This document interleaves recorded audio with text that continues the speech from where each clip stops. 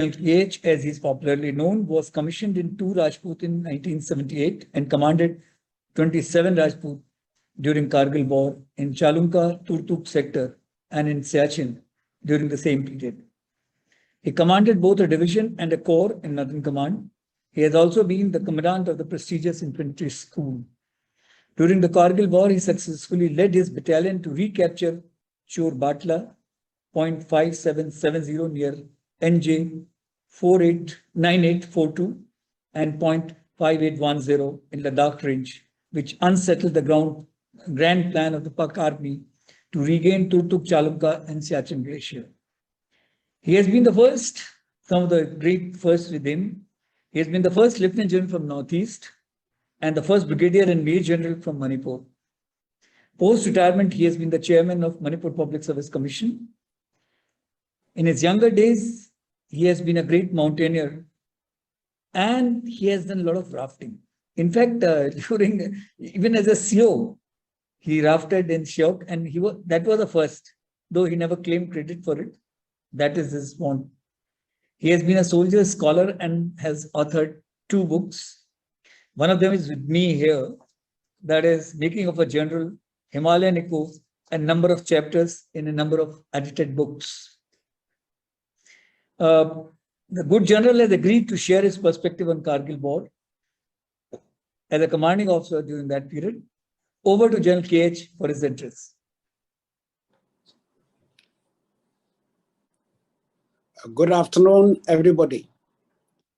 Sir, thank you very much, General Chaturvedi, for the introduction. I'm really happy to be introduced by my ex-DS and CDM 2002. I am also delighted to be amongst the co-panelists whom I know, General Joshi, as also our and also General Chaturvedi, whom I hold in very high regard. Thank you very much, sir, for inviting me. First of all, I thank General Joshi for having given a very, very wide canvas as a prelude to the Kargil War, as also the strategic perspective of our defense forces as well as our country. So that sets the stage for it makes it easy for me to describe what were my experience during the period. I shall restrict my talk to about 15 minutes or so, particularly on a subject from a CO's viewpoint. This is what was the topic given to me, a perspective from a CO's viewpoint during the war. General Joshi has described broadly what happened, in the entire from Jojila to Chorbatla. I shall briefly give the background as to the operations north of Kardungla. That is where I was generally involved for over 2.5 years. 1 year prior to the Kargil War and another 1.5 years after the war. There's a small correction, Sir General Chaturvedi, about that Chorbatla was not my area of operations. Chorbatla was by Ladakh Scouts. But Turtuk Chalunka and NJ 9842 South Glacier, this was the area of my, operational area of my unit. Thank you very much, sir. The situation prevailing north of Kardungla, I shall begin around 1998, around the second half of 1998. There were certain activities that was being reported across the LOC and also across the AGPL over a period of at least 4 to 5 months, I think. We didn't know what was happening across, but we did know a number of visits by General Musharraf and also logistics build-up of an unusual kind. So this happened till about September, October, November, December of 1998. We also had multiple inputs of information from our own intelligence sources. Why I'm saying information is that they were not, at least to the battalion commander, we did not get it as an intelligence. A process information turns into intelligence. But what we got was pieces of hundreds of inputs in the form of information. Every day we used to hear this. In response, my battalion was tasked to do patrolling in that 60 kilometers gap between Chorbatla and the Taxi battalion. Approximately there is a gap of about 60 kilometers along the Ladakh range. So we did that patrolling over a period of 3 to 4 months. In fact, General Musharraf in his book has quoted the intensive patrolling by Indian Army, that is my battalion, as one of the provocations for Kargil war in 1999. I don't know how far it is true, but he has mentioned that in his book. So the situation obtaining in 1998 in the areas north of Kardungla, where that intensification of shelling from various medium guns of Pakistani army, and also buildup was generally known. But buildup where, for what purpose, their intentions, and what were the activities, detailed activities were not known to us. In fact, we were also my battalion was told to be prepared for any operations even during the end of 1998. So I suppose that there was an information gap of a huge magnitude in the end of 1998. Now, as we, in the thick of winters around December, January, February of 98-99, my battalion was, got back to Leh for about 2 to 3 months. And after that, we were told that we should be ready to move back to areas in the areas of Chalunka, Turtuk sector again. I mean, earlier than March, April or so. So we were prepared to go back again. But during this time, there were many further inputs. Like, for example, in April, we saw about at least many sorties of Puma Haptors with underslung loads were being carried. And I also had the privilege of going on a Haptor recce with General Budwar, who was a GOC 3 Div. And I did see footprints, particularly in the Moscow Valley area. Why I went with him is because I was also, my unit was also the QRF, Quick Reaction Force Battalion.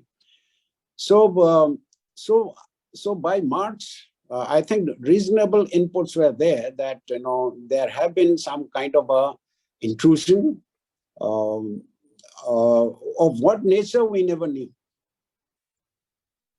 It was borne by the fact that the footmarks were visible in very, very isolated areas where it was fully snowbound.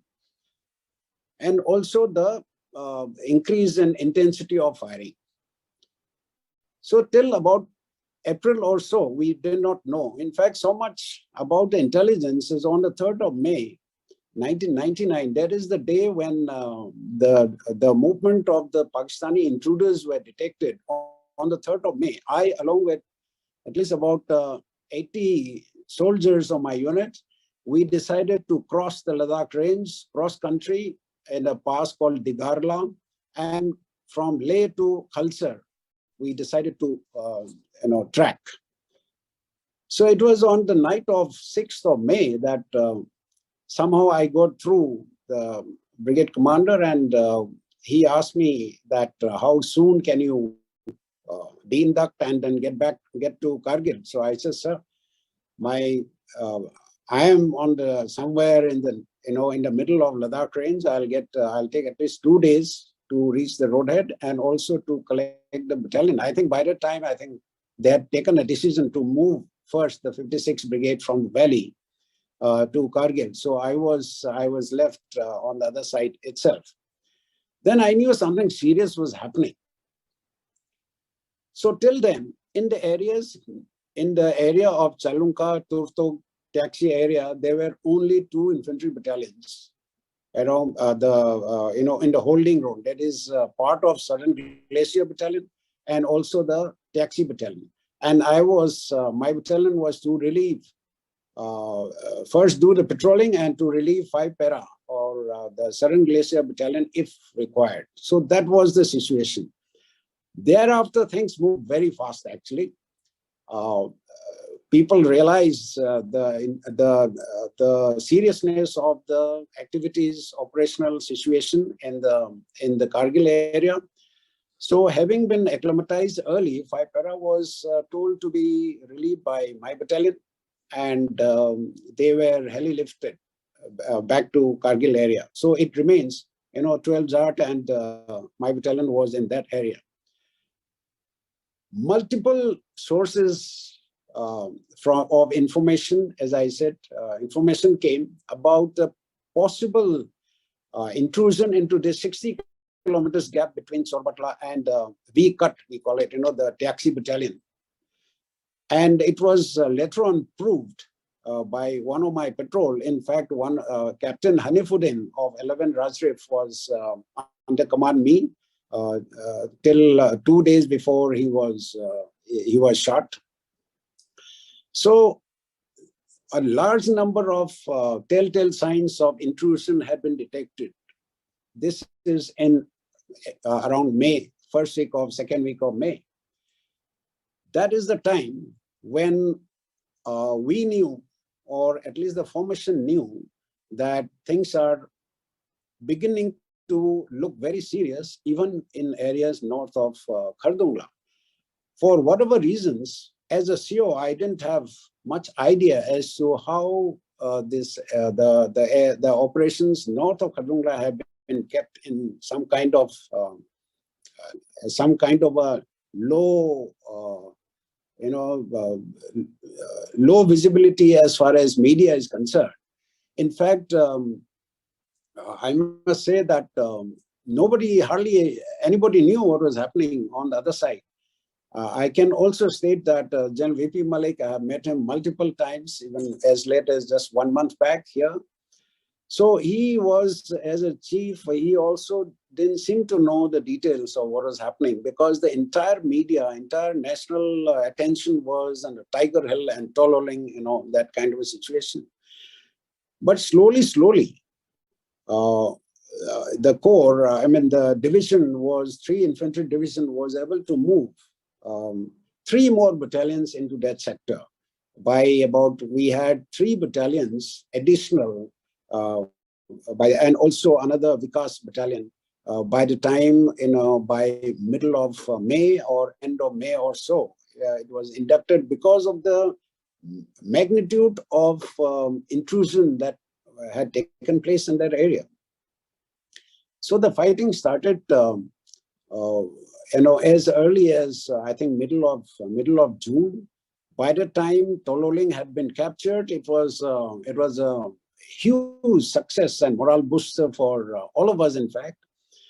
And my battalion was tasked to capture point 5770, which is about close to 19,000 feet, because enemy had intruded and also occupied that feature. So I'll just only say that because of the terrain and because of the cliff, nearly a kilometer high cliff that was that, we had to resort to a daylight assault, a silent day attack, silent, in the sense that no artillery was used, artillery was kept on call. And it was by a small team. In fact, it was a company action. Company less a platoon, to be precise, in addition to the reorg party and the various other bases that we had to. So it was done on 27th of June, and it was also a Tuesday. Tuesday, Rajputs believe in Lord Hanuman's day, and that was a huge success. Though, of course, the row fixing had been done over a period of about 3 to 4 nights, row fixing. So therefore, it was a huge success on 27th of June, 1999. We didn't suffer any casualty during the attack, but however, during the course of counter-attack bombarding, I think we lost, unfortunately, we lost 2 boys, 2 young boys, just hardly about 3 years of service. In fact, the US Naval War College research on the Kargil War has, in their paper, they have written that capture of Tololing, Tiger Hill, and points 5770 was the turning point in the war. That is what they say. Whereas I suspect that our MO or our command headquarters didn't have much idea about what was happening on the north of Kardungla, or more particularly about my unit as well. So what was my impression as a CO? So I will just give a brief reflection of my, as a CO's perspective. I felt that it was a tactical victory by us, but it was a strategic, I think, I won't say failure, but it was a setback, definitely. And secondly, decision-making at the higher levels appeared to be, in the beginning at least, to me, I mean, as a CO, I was surprised as to, what kind of a decision I felt that decision making would have been little more prompt, little more well considered from the point of operational effectiveness. I'll give you one small example, like as far as all arms and artillery, the engineers, the logistics, the Air Force, every arm and service, I think they played their part extremely well, in that battle. But what I found was, it is just on the lighter note, please don't take it seriously. I had demanded a satellite photograph of the area of my interest, and you'll be surprised that, I received that a year and a half later when I was Battalion Commander NDA. Since it is marked secret, so it had to come in my name. I mean, so somebody, we had to have our act together, and all the, all the agencies needed to be a little more serious on these issues. And another factor which I like to say is the sighting of UAVs. November 98, definitely we saw UAVs, and one of the artillery COs, Colonel Chaudhary, who was commanding that light regiment there, one day he invited me, to show me the UAV. It didn't come. So 3-4 days he kept on inviting me in the evening, and I had to tell him, friend, why are you inviting me every day for a drink? Later on, it turned out that he just wanted a confirmation from me, because he was being touted as daydreaming, or he didn't have. And he was told by his seniors that, such UAVs don't exist anymore, which can fly at 18,000 feet. So these were some of the drawbacks, which I would say that nobody ever believed that, Pakistani had used UAVs that time. But whereas actually on ground, it was there. So, what do I have for, as a lesson from CEO's perspective, which I should share with people? As I said, I don't know much about what was happening that time at the corps or division level, but I definitely felt that staff work at various level was left much to be desired, and units, I think, were generally, I'll say, that left to ourselves as far as the actual execution of task is concerned, besides, of course, mandatory logistics and firepower support, which was forthcoming quite well. One issue that I will flag here is that professional dishonesty, integrity of many people during the war came into question. I will leave it at that, because in the future, unless there is professional ethics or professional honesty, things can go wrong again. I'm sure that each one of you know what I'm referring to, the culture of professionalism at all levels. I'm not just talking about the immediate headquarters, but I feel that future is very important as far as professional honesty is concerned. So when I went back to NDA, or in fact my management courses and NDC, all my thesis, all my dissertations were on this, professionalism and professional ethics. I decided that when I was in NDA, ethics, it will be the mainstay of what I am going to influence the cadets, because of my lessons from from the war. Next is the physical fitness. The motivation to remain fit must be supreme. Otherwise, if the system motivates people to be unfit, then we will get unfit operational outcomes. As to all the COs, I'll say the buck stops at COs level. Come what may, any number of headquarters, any layers of headquarters, I think finally the buck stops at the commanding officer's level. You are responsible. I was responsible for deciding that it will be a day attack. It was a huge gamble. It was a huge gamble. I mean, I don't know how I would have taken this decision as a corps commander. Another factor I would like to say is the small teams. Small teams are the answer in mountains and such kind of a this thing.